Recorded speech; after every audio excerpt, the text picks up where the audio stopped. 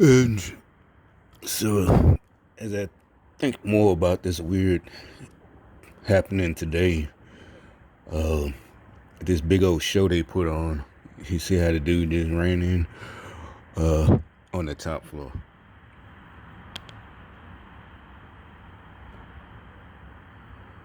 But anyway, like I said, because this was more weird and long and drawn out. And yeah, I did get involved because usually when I'm in there, that barbershop, I know they're gonna have some long drawn out. Usually I might even start it, but it doesn't have to do too much with the gang stalking. It'll be more. Well, actually, yeah, I'll bring up a subject that I know they're mad about. It might even be nationwide. It might be, one of the. It's just because I know what they're gonna say. It's always the same.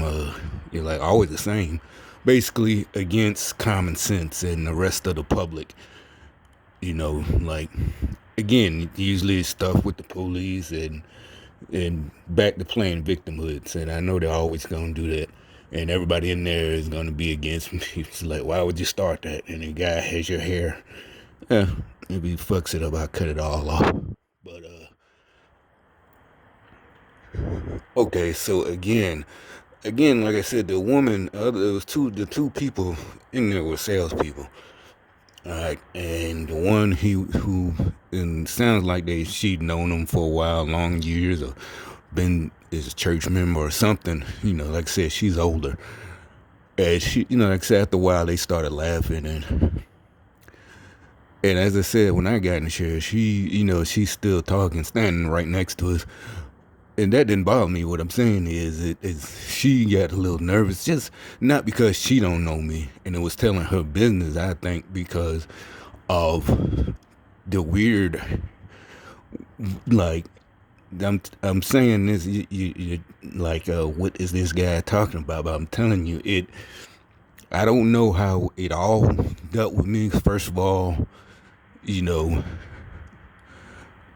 like I said, she would be like the person who had my point of view, and he was telling her she shouldn't have did her brother like that, and she should be taking care of him, and she shouldn't care that he gets that much money a month as a check, and that he didn't graduate, and he's been married multiple times, and you can almost like if she was just in there talking about him, like, oh, my brother, I would agree with him. I'd been like, yeah, why are you telling his business? But it was integral to the story because I heard him getting on her first, the barber getting on her loud about she was doing her brother wrong. And I knew what it was about. And it's, like I said, this shit about empathy and like I said, gets to a point, you got to let go. Or they gonna take you down with them. They're just like, you can't pick which verses you like to hold dear to your heart. You know, you gotta look at everything. So you'll be a fool and your money will be parted from you. Even a family member. Spare the rod, spare the child, all types of stuff. I mean, just, whatever. You gotta have a just balance. You can't just pick the feel good and make you feel good. Oh, you better than everybody else. Yeah, I don't know. I've never been in that situation where I had to take care of a parent, or none of us, not like that, give up something and because they had give up their careers. But her father was older. He was 94. She's older. She's, like I said, in her 60s. And that was shit. This was she told me. So I'm like, how's this just weird. This and like I said, there's no way it's just coincidence they're having this conversation. And it's called Street Theater. They started when I get in there, and like I said, what was the one thing? Not just the one thing, but as she's talking to, she's looking at me and looking at him, laughing, doing the, like she, I guess because I started off agreeing with her, now she's starting to agree with me, hitting me, that tapping on the shoulder, like, Get this, watch how I got him, which will be fine because I know how that is. But because they're arguing, and he's like I said, he's telling her basically. I'm thinking y'all always calling people rude, which you're saying is rude. You're saying that she's gonna be cursed and shit like that, and like I said, if she, then you're saying what she did for her father. That's why she got the house, because she moved in to take care of him, and she had to sell her house. And we all agreed, like, why should she keep paying mortgage when she got her father's house paid off, and she's the one taking care of him, and he's a drug addict, and he's out there. Like I said, this is not her putting him down. This is a fact. He couldn't take care of him. So why should she have kept that other house and paid for it and stay there with her dad?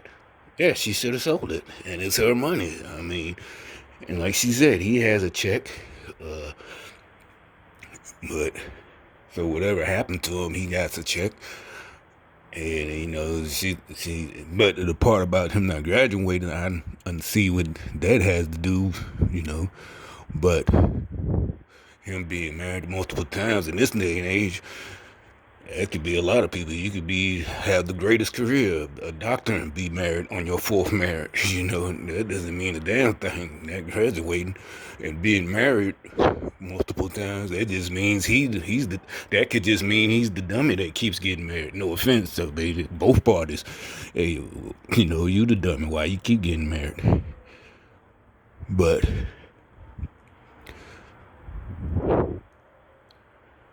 it's just this thing that, like I said, what it is, like I said, they're afraid that, like, they're getting caught. Oh, because he took a lawsuit out on her, supposedly, for real, because supposedly, like I said, it's like some TV stuff, 80s drama. But like I said, it's happened in real life. You heard about it. Oh, what happened? So this could be friends or Juju and them. What happened? I thought their dad left them that money in that house. Yeah, but they couldn't get together. They all started fighting, and the cousins and everybody. They went to court and this and that, and they lost. And so it's one of them things.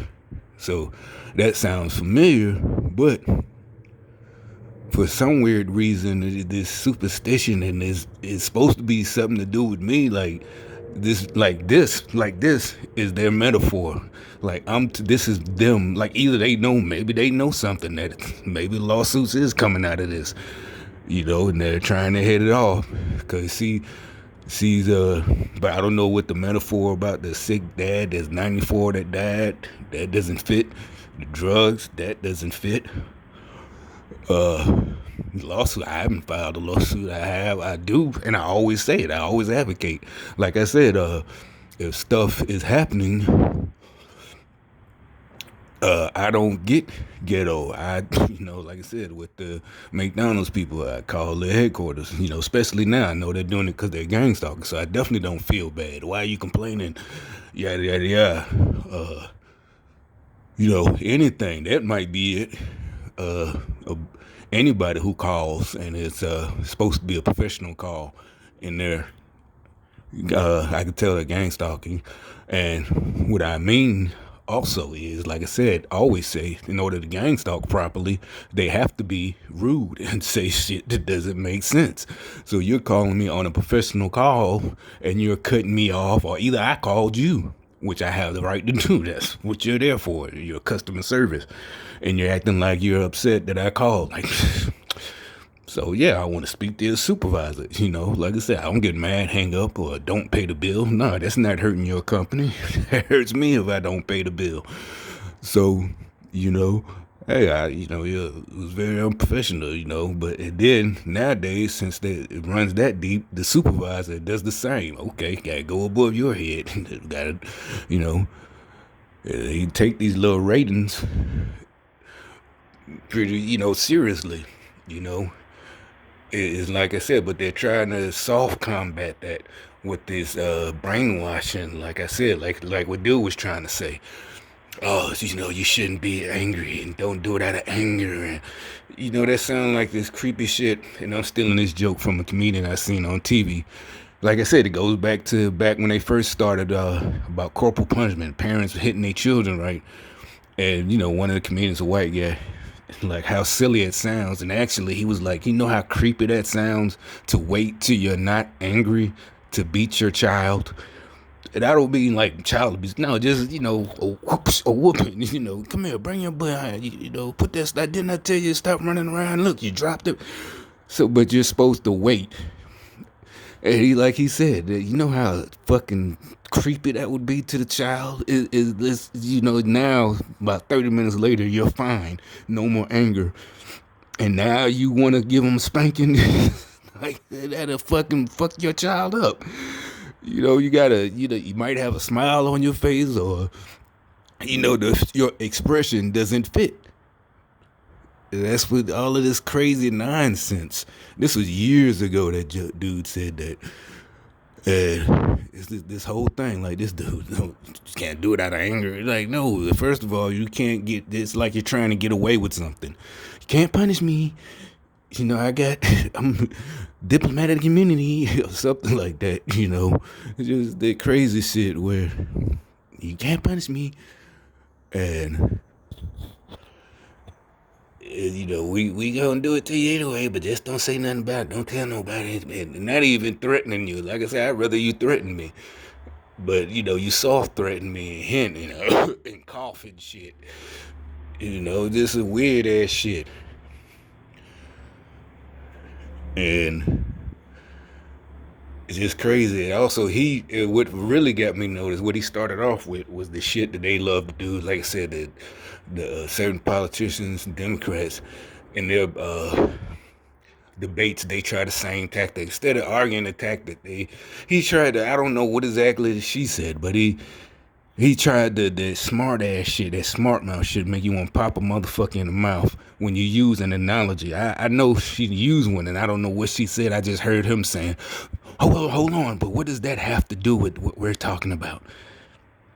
I was like, that's when I jumped in. I said, "No, man, what are you doing?" I said, "Don't try that shit." It's like you don't understand analogies, perfect English. I don't care if it's perfect or not, but you know what the fuck somebody means. I don't know where y'all got this, come off with this shit, trying to be so literal. Just that literal. I'm gonna kick your literal ass. I'm gonna literally kick your ass. Do you understand that? But even though I'm not gonna use my feet unless I stomp you, so, okay, the only way I might use my feet if I'm stomping you or kicking you. But, after I use my fist. But if I only use my fist on you, what is that called? I kicked your ass, right? But I didn't use my feet. You understand that one? Oh, but that's not what we're talking about.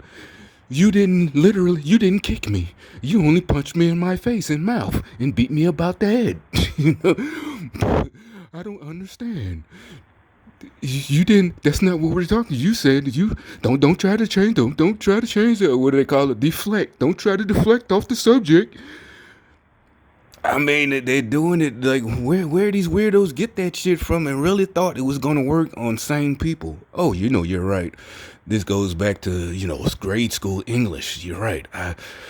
This is really not what I'm getting off the subject. Just like when somebody brings up something that what happened in the past that somebody else in your party did.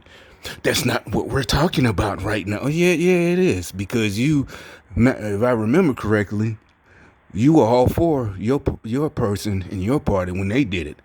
So don't try to this crazy ass shit. You can't bring up shit, and we're not talking about trying to be fucking smart. That's why everybody's just, okay, you know what? We're not even going to talk to your crazy asses no more.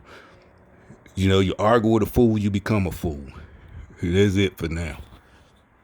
Look at the crazy dog walker over there. She creeped over there.